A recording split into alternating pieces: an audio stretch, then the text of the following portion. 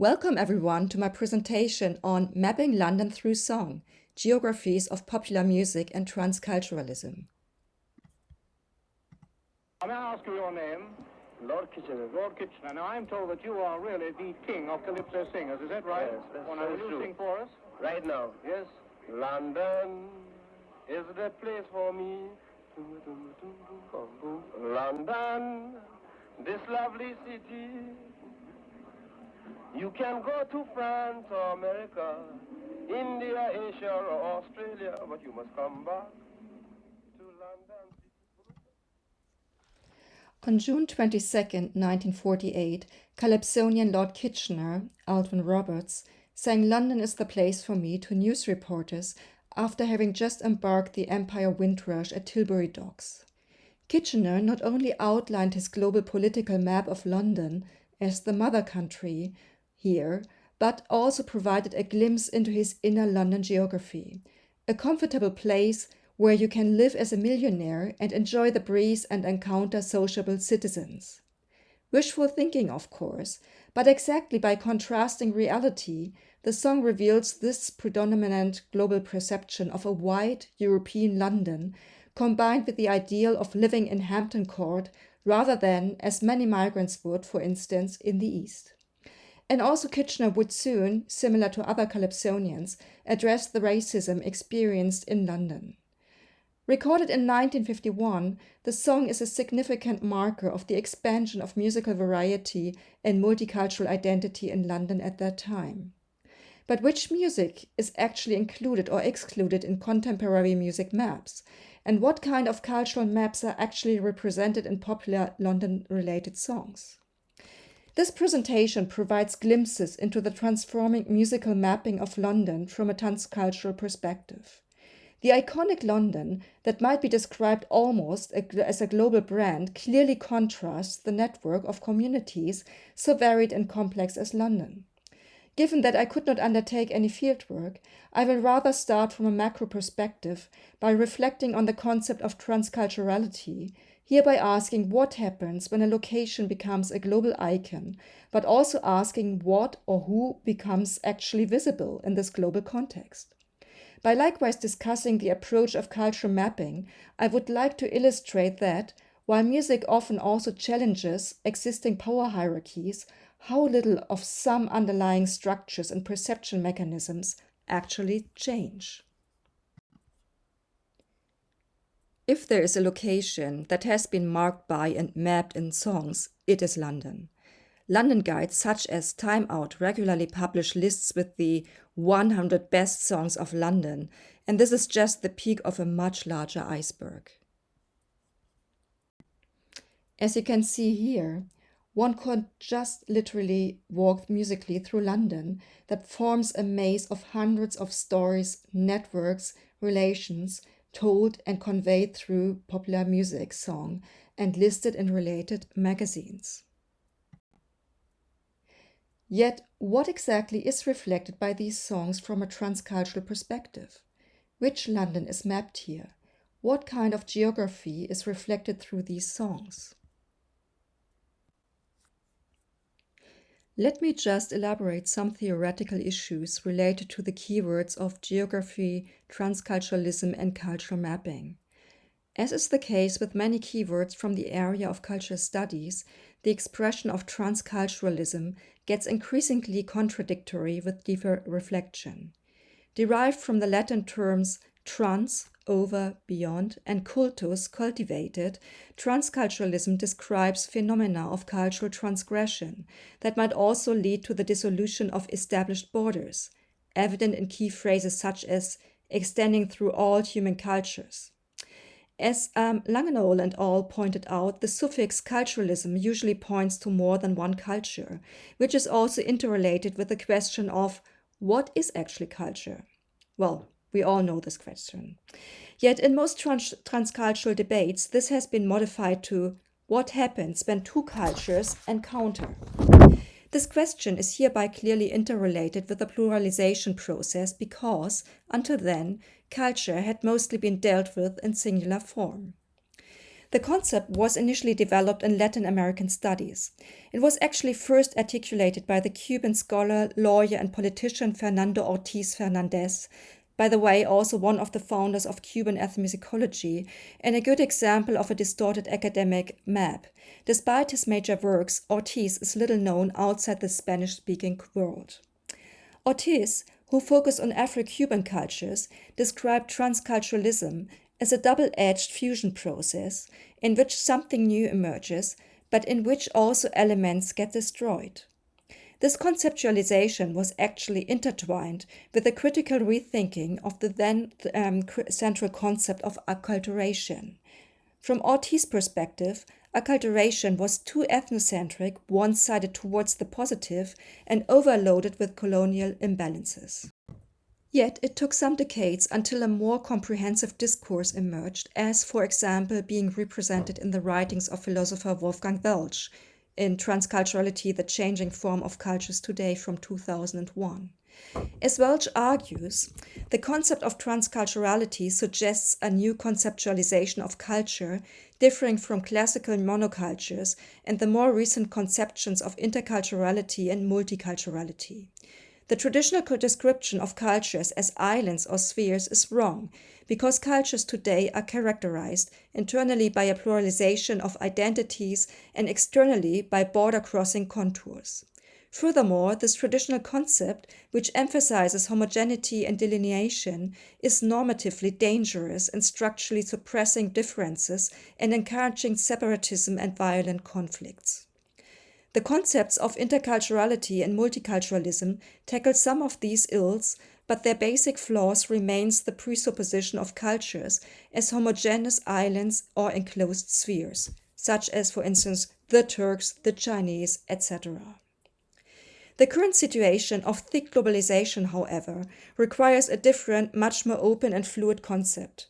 The latter is also evident with subsequent authors who elaborated further aspects, such as ideas of a new humanism and spatial concepts, as with Lamberto Tassarini, shared cross-cultural and national interests in what is described as a transcultural era, as with Richard Slimbach, and an awareness of the difficulties and unevenness of the process and related politics, as evident with Jeff Lewis.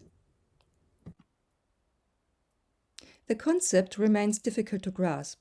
Interestingly, it is not mentioned at all in quite a few major English-speaking introductions to cultural studies, as for instance those listed here. And this also points to one of the problems of cultural theory anthologies in general, the need for a very quick and constant updating of the material. This complex handling of the term is also reflected in ethnomusicology, which I take as my main perspective here. Among the few publications sticking more closely to the original debates is Max-Peter Baumann's The Charango as Transcultural Icon of Andean Music.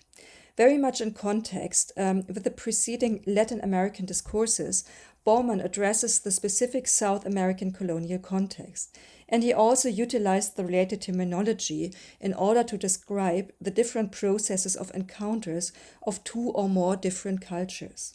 In his well-outlined model, transculturation, if you take a look at the lower parts of this model, is used to mark the only actual fusion process.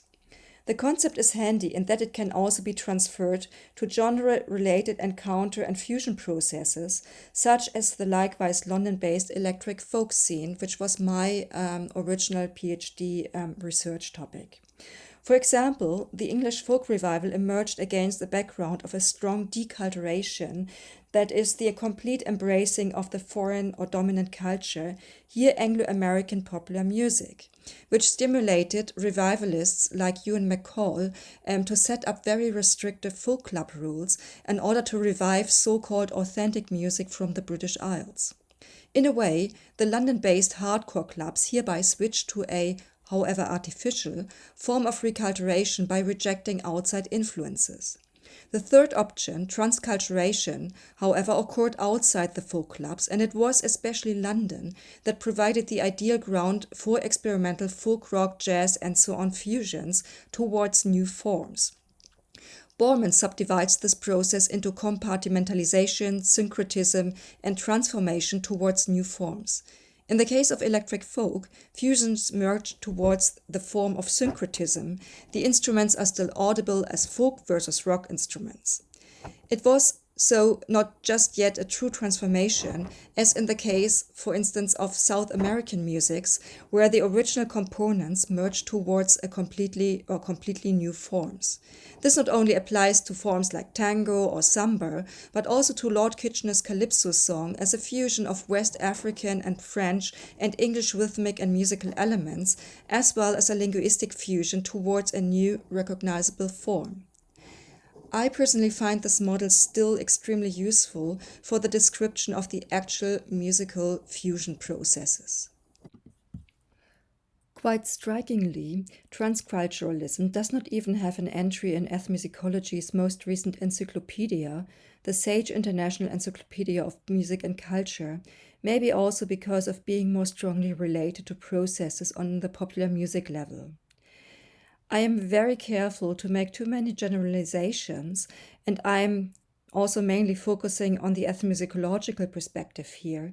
But despite having become a central keyword in recent years, there's a tendency towards relating the term to the non-specific, as is also evident with Wong's article on Gangnam Style. Here, transculturalism in music is defined as, and I quote, a result of the growing transnational corporations and global marketing network in music industry.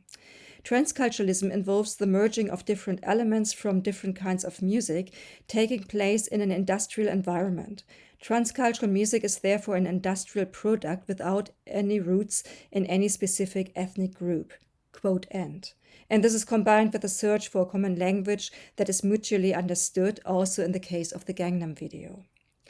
Yet mostly the term has been discussed with regard to world music, while particularly in the German-speaking context, it has been strongly used with regard to inter- and transcultural school music education. However, in many cases, it appears that as a freely handled term, but is not really thoroughly applied in relation to the original discourses.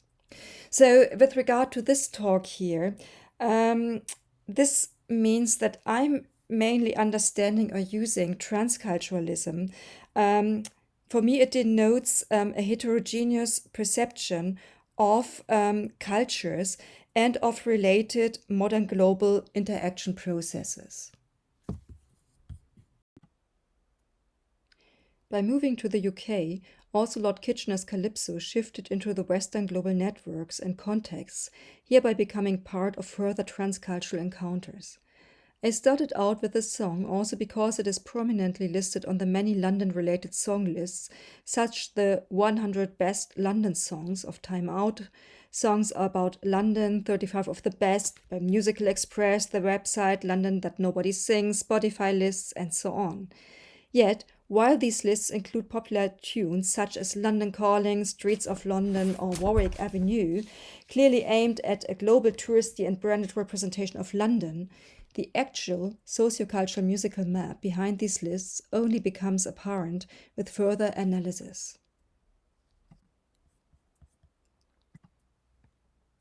In order to bring out related hidden geographies, the method of cultural mapping seems to be useful here.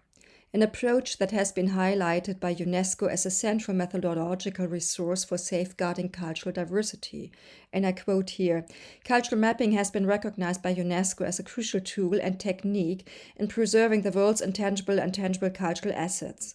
It encompasses a wide range of techniques and activities, from community-based participatory data collection and management to sophisticated mapping using geographic information systems." Roughly defined as a representation usually on a flat surface or of the whole or a part of an area, maps are always symbolic abstractions of reality, as is evident with all topographic or geographical maps that represent the three-dimensional global surface in 2 dimensions. This abstraction is also apparent on other levels. While seemingly conveying authentic representations, maps need to minimize, reduce, or generalize complex systems and structures. They also need to be complete, precise, and understandable with regard to symbols, colors, aesthetics, which remains a challenge for cartographers until present day. Yet we might also ask, who decides actually how the map is being drawn? The most fundamental goal of cultural mapping is to help communities to recognize, celebrate, and support cultural diversity for economic, social, and regional development. Further specified by Kroll and Rimbaldi, and I quote again, cultural mapping is a way of defining what culture means to community, identifying the elements of culture that add value, both social and economic, recording, preserving, or building on these elements in new and creative ways. In contrast to conventional maps, cultural mapping also represents other cultural resources and information recorded by alternative technique, including the simultaneous usage of multiple forms of documentation and maps. However, despite the general idea of simply marking the presence of usually invisible cultures and cultural spots, UNESCO remained extremely vague about the actual application. In order to detect blind spots, I will actually reverse the perspective by charting the representation of London through these songs. Now, returning to the London song lists, we can notice that at first sight, London has been clearly marked and mapped in an almost classical two-dimensional way through song. Many locations have been related to and marked by internationally successful popular songs. They reveal, similar to Lord Kitchener's Calypso, the global transcultural value of the city, to the extent that one could actually travel the tube through songs, tunes, and hooks or riffs without ever having been there.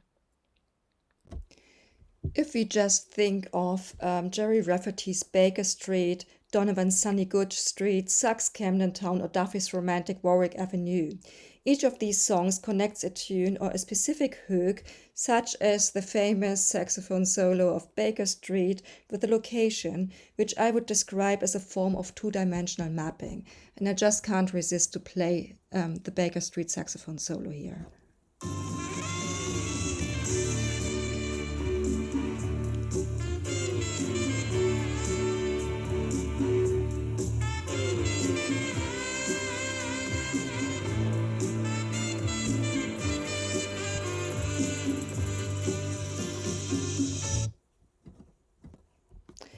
Now, this rich sounding map nevertheless deviates from actual sound maps, such as the London Sound Survey, as they reflect not reality, but a kind of cultural, fictional, emotional map.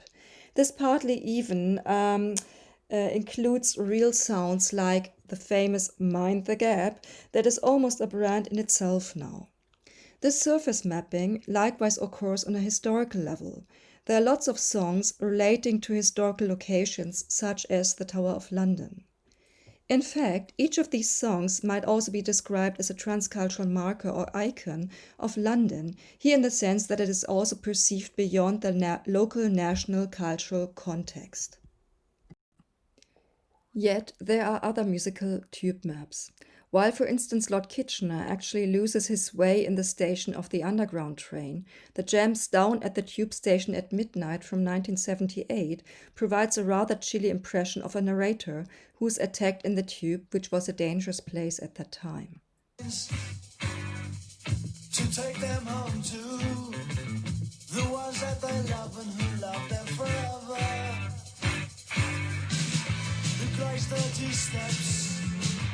Repeat my own and reflect my thoughts. Cold and uninviting, partially naked. How far are the previous songs that represent a classical two-dimensional sound map actually truly global and transnational, or rather part of a Western global network? And what about the global understanding of the song's actual content? I just thought that Baker Street is actually an excellent example of a locally related song's transformation towards a transculturally recognizable icon. None of the contemporary reviews, such as by Rolling Stone, actually dealt with the street or the song itself. Rather, all focus on the saxophone solo by which Baker Street became a transculturally recognizable icon. Within a three-dimensional perspective that includes content and context, the song reveals a socio-critical perception of London. As a Guardian review pointed out, since its release, it has been a mainstay of drive time playlists, but how many of the jocks who played it so relentlessly over the years have really listened to the lyrics which speak of booze, depression, promiscuous sex, and people with no soul?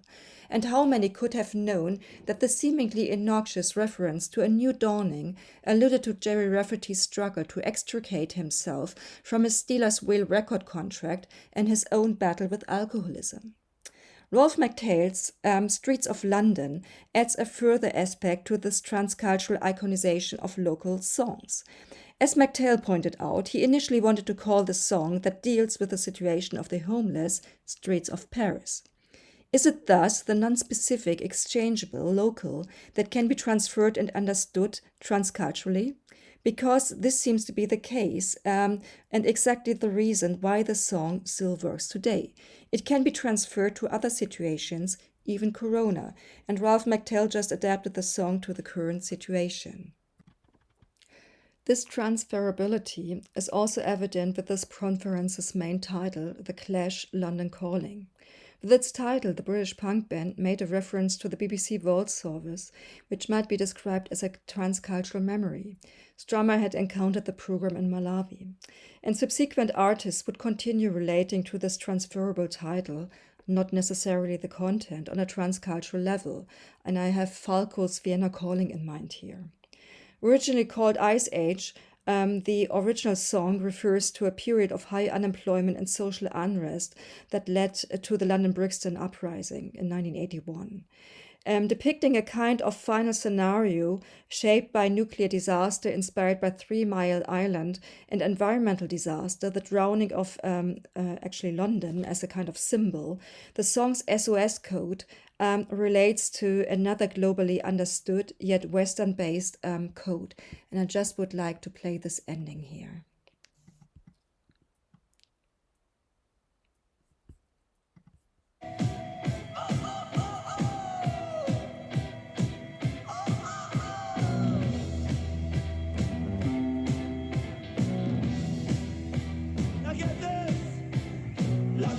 Calling, yes, I was there too. And you know what they said? Well, some of it was true. London calling at the top of the dial. And after all this, won't you give me a smile?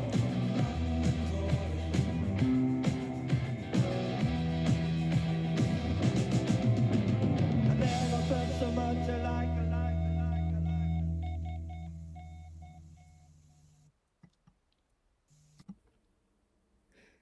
Yet, cultural maps shift and transform over time. This can be exemplified by a large range of London-related historical songs that provide snapshots of historical London maps. Driving North, for instance, Fairmaid of Islington always pops on my personal map.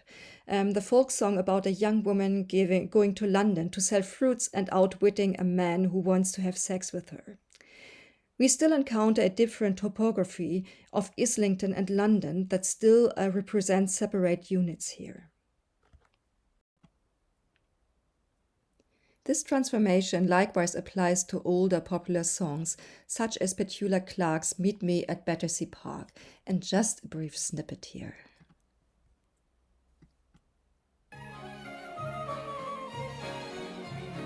If you're a Londoner just like me, meet me in Battersea Park. If you are young or you'd like to be. So meeting at Battersea Park is not possible anymore because the Funfair Park was closed in the 1970s. Rather, the location has shifted from, say, romanticism towards industrial nostalgia. Battersea is usually globally associated with Pink Floyd's Animals' Battersea Power Plant Station cover of 1977.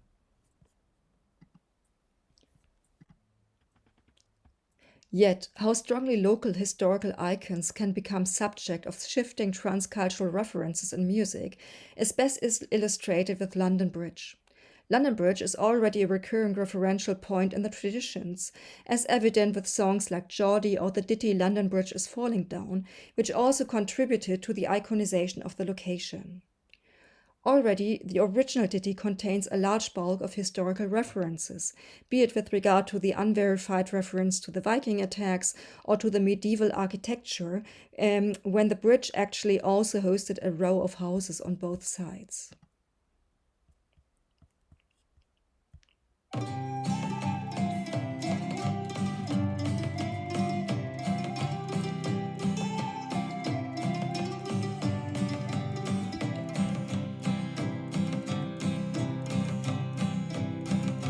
London Bridge is falling down, falling down, falling down. London Bridge is falling down, my fair lady.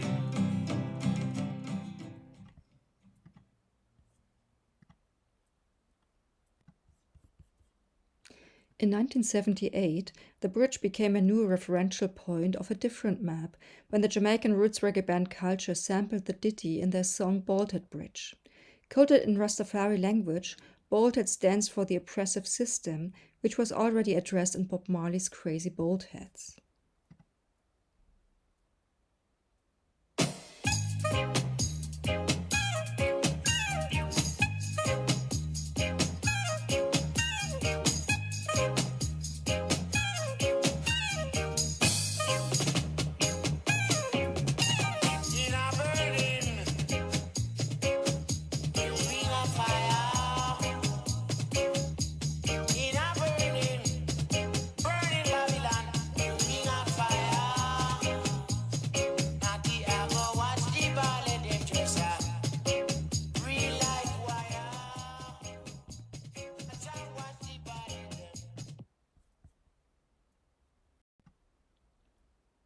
The most well-known song in this context is probably Nutriment's London Bridge is Falling Down from 1983.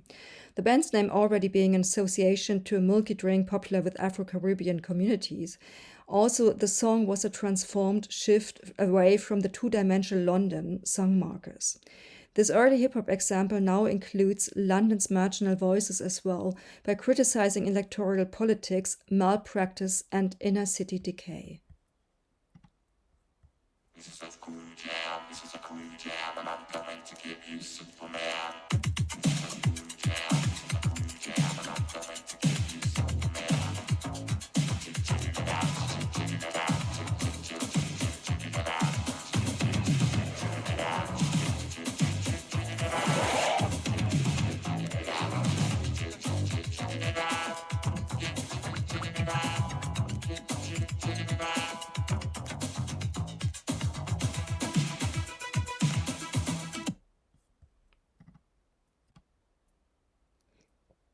Yet, how locations end up on Western global cultural maps is best illustrated by Fergie's London Bridge.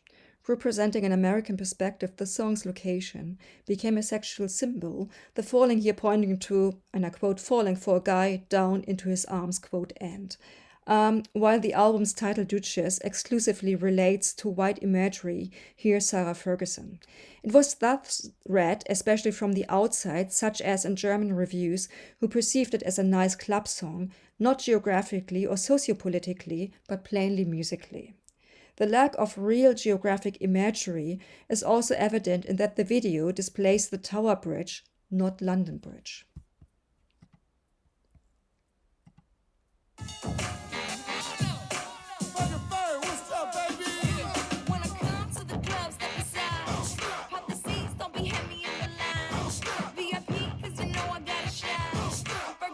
Give me love you long time. All my girls get down on the floor. Back to back, drop it down real low. I'm such a lady, but I'm dancing like a. Cause you know what, I give up. So here we go. How come every time you come around my London Bridge? If we map the 100 London songs contexts, it becomes apparent that, with a few exceptions, the lists mostly contain the British-wide, historical, iconic imagery of English and/or transcultural London. London is a place of the white community on these sound maps, and the transcultural represents a mainly white Western experience. These maps dominate the mainstream. There are only a few reggae songs, no Bhangra or grime tracks, although each of these communities have shaped London in quite a significant way, and as a kind of, you could say, celebration of multicultural locations.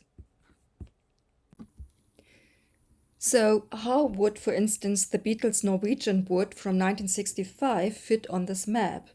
Although time and also approach-wise preceded by similar experiments like the works of guitarist Davy Graham, it nevertheless counts as one of the first fusions of Western popular music with the sitar.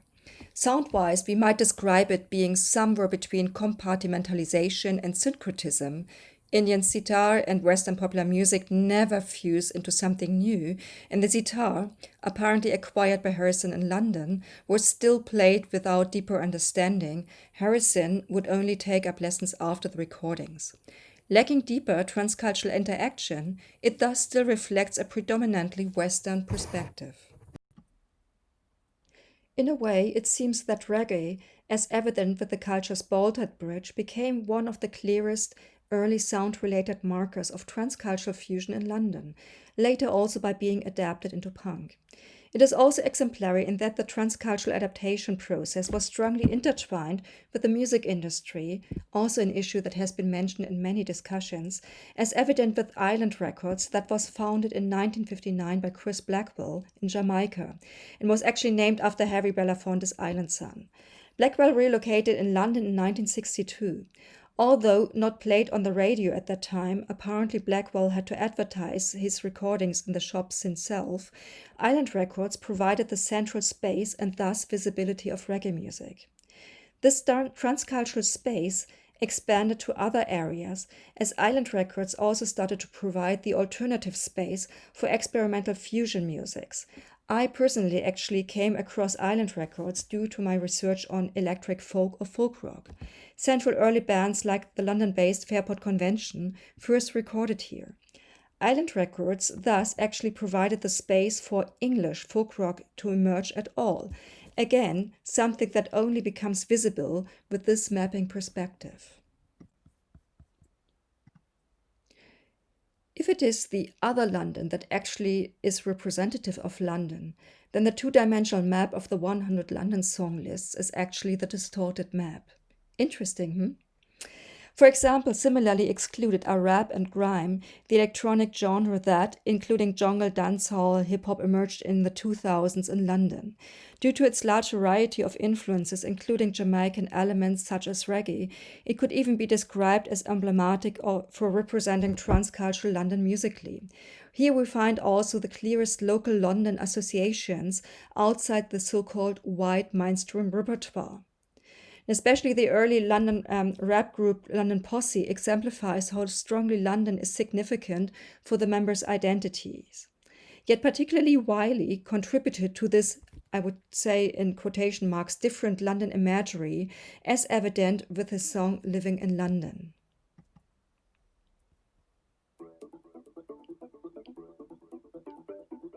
Basically, we're just living in London. What do you expect? We're just living in London. Basically, we're just living in London, cuz.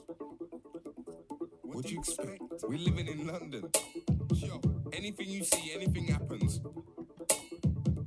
Like, it doesn't matter, we're living in London. What do you expect? Where do you think we're living? Yo, Esky boy. Oh my days, where are we living? Cause when I'm rolling, no security guards, I'm living in London. Everything London. Ask anybody, any place I work with, any race, the whole point's money. So if I'm gonna be rich, gotta be open-minded. Looking at the lights too long, get blinded. Ha, alright, you tried it. Watch when I see him on the road, I'll find him. Might see me first and catch me slipping. Not likely though, it's not likely, so I keep spitting. Drive so fast, the clock keeps ticking. This. We will find a similar imagery in rap as illustrated by London Town, the second studio album of rapper Keynote.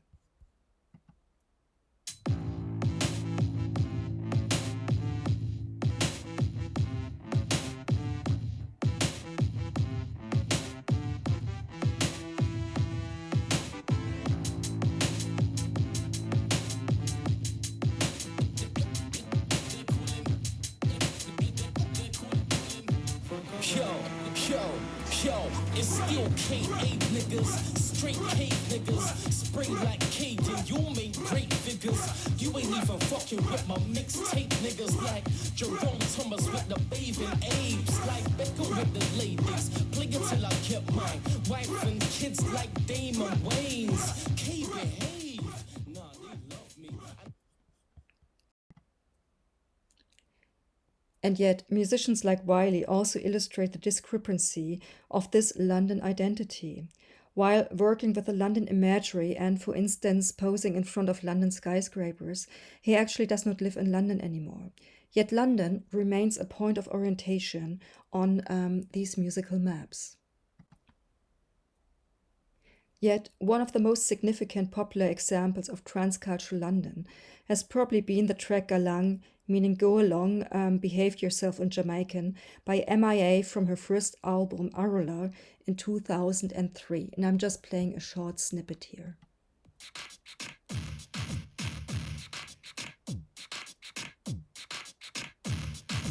London calling, speak the slang now. Boys say what? Go on, girls say what? What? London calling, speak the slang now. Boys say what? Go on, girls say what? What? Slam, galang, galang, galang, galang, galang, galang, galang, galang. Shotgun, get down, get down, get down, get down, get down, get down, get down, get down. Too late, you down, dun dun dun dun dun dun dun dun dun dun dun dun. The track is also a good example of the modern referential expansion to the extent that it defies any clear mapping, hereby pointing to the complexity of the transcultural situation also tied to digital modernism. Being musically a mixture of dancehall, it is based on a reggaeton beat, electro jungle, the track also includes associations to Sri Lankan songs and world music. As a New Musical Express review pointed out, 100% ersatz, Sri Lanka imagined from a Shoreditch loft Jamaican rhythm conjured up from a Game Boy memory card, quote end. Relating to the Clash London Calling, the text, full of media-related keywords, is about how to survive in the urban jungle that is full of drug dealing and crime. Yet it is especially also the contrasting video that conjured a variety of associations. Unfortunately, I can't show it here, but it's really worth checking out. Not only do we see MIA cheerfully dancing, presenting a variety of fashion outfits, but also do we discover graffiti and symbols of urban Britain and Tamil, maybe freedom-fighting referenced writings. However artificial and provocative, this track actually puts a kind of transcultural digital modernism on the map that cannot be put down on one single location anymore, as for instance Warwick Avenue. This track was followed by songs such as Lily Allen's London. Co-written by Future Cat, the song with the mobile phone abbreviation of London as a title is a sarcastic portrayal of London. Sound-wise, it is a fusion of electronica and Caribbean music. Some reviews point to Colombian Poro, others to reggae ska. Again, it is the video that conveys the full multicultural contextualization and the intro. It opens with Alan in a record store called Tough Trade, which is a play on Rough Trade, a record store in London at Talbot and Portobello Road. And so I cannot really play or show you the video here, but at least you can listen to this intro.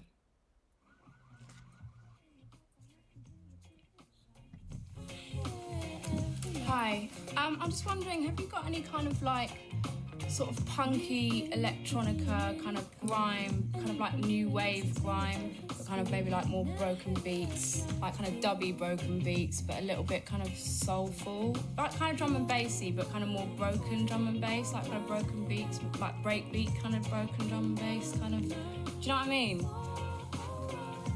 No? Hello? Oh, hi. How are you? Yeah, what, right now? Yeah, okay. Bye.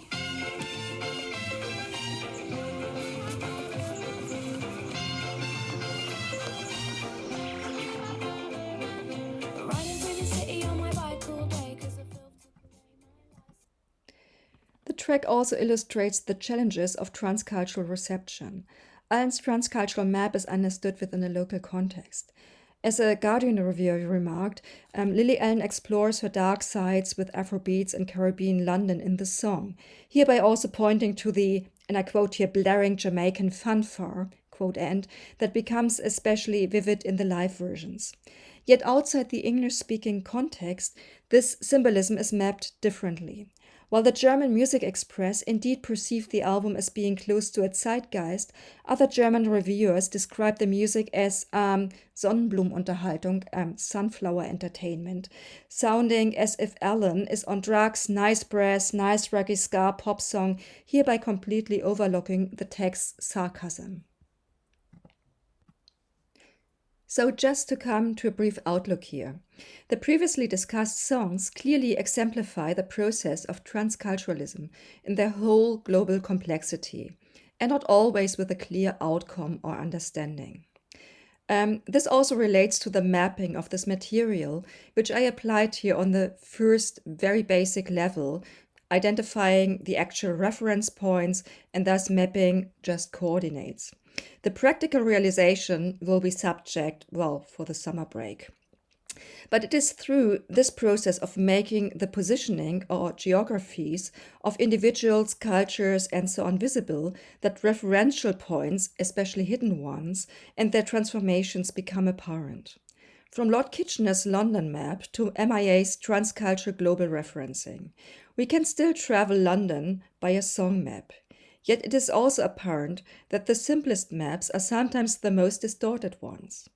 Set against the ongoing debates, uncovering these distortions appears more urgent than ever. Thank you.